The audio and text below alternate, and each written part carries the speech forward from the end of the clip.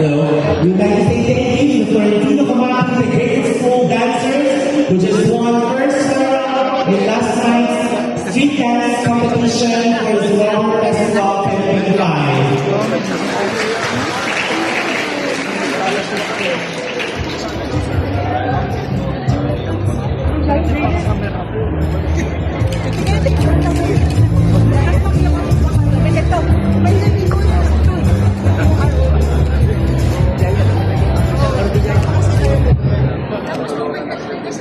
Oo.